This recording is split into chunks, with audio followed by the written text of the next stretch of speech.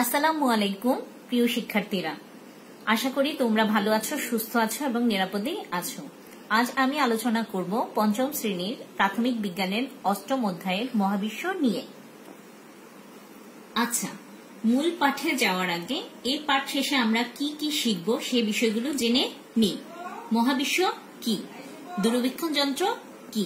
দূরবীক্ষণ যন্ত্রের ব্যবহার, মহাবিশ্ব কত বড়, পৃথিবী থেকে চাঁদের দূরত্ব কত, আলোর বেগ কত, পৃথিবী থেকে সূর্যের দূরত্ব কত, চাঁদ থেকে পৃথিবীতে আলো পৌঁছাতে কত সময় লাগে, সূর্য থেকে পৃথিবীতে আলো পৌঁছাতে কত সময় লাগে, জ্যোতির্বিজ্ঞান কি, মিল্কি ওয়ে কি, গ্যালাক্সি কি।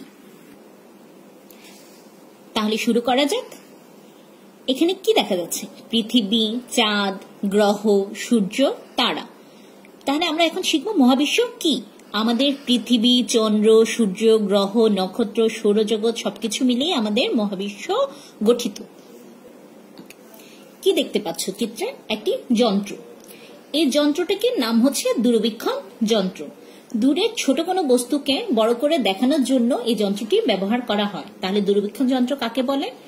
ছোট কোনো বস্তুকে বড় করে দেখার যন্ত্রটির নামই হচ্ছে দূরবীক্ষণ যন্ত্র। এসো দূরবীক্ষণ যন্ত্রের কয়েকটি ব্যবহার জেনে নেই।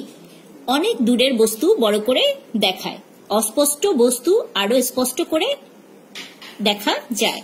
মহাকাশের দূরবর্তী বস্তু পর্যবেক্ষণ করতে সাহায্য করে। মহাকাশের গ্রহ, নক্ষত্র এবং গ্যালাক্সি নিয়ে গবেষণা করতে বিজ্ঞানীরা দূরবীক্ষণ যন্ত্র ব্যবহার করেন। তোমরা কি চেনো উনি কে? উনি হচ্ছেন বিজ্ঞানী গ্যালিলিও গ্যালিলি।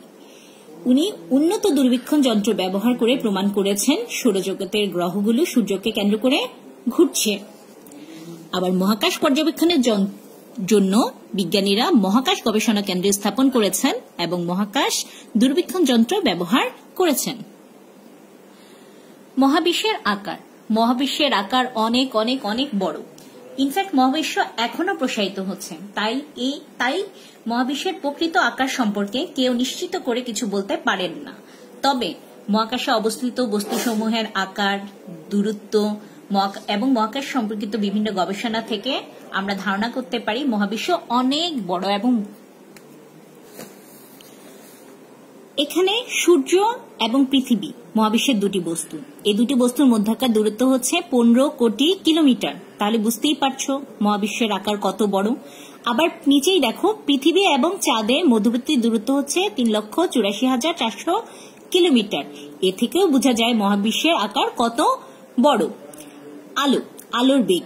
আলোর বেগ প্রতি সেকেন্ডে 3 লক্ষ কিলোমিটার।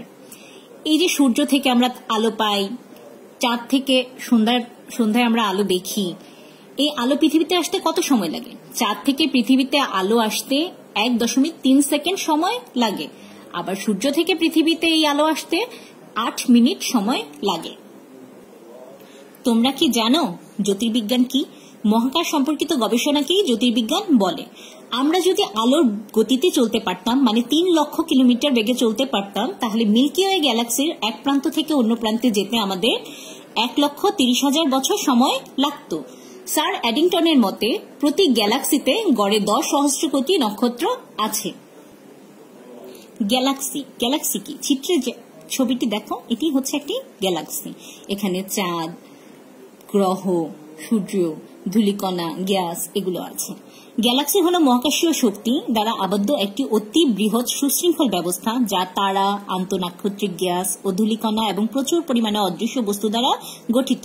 একটি আদর্শ ছায়াপথে 10 মিলিয়ন থেকে 1 ট্রিলিয়ন পর্যন্ত তারা থাকে, যারা সবাই একটি সাধারণ মহাকাশীয় কেন্দ্রের চারদিকে ঘূর্ণায়মান। চিত্রটি খেয়াল করো। চিত্রটি হচ্ছে মিল্কি ওয়ে ছায়াপথ। এটি একটি ছায়াপথ। সৌরজগতের কেন্দ্রে সূর্য এই ছায়াপথের অংশ। আমরা এই ছায়াপথ বা গ্যালাক্সিতে অবস্থান করি। তাহলে এ পর্যন্তই। তোমরা ভালো থেকো, সুস্থ থেকো।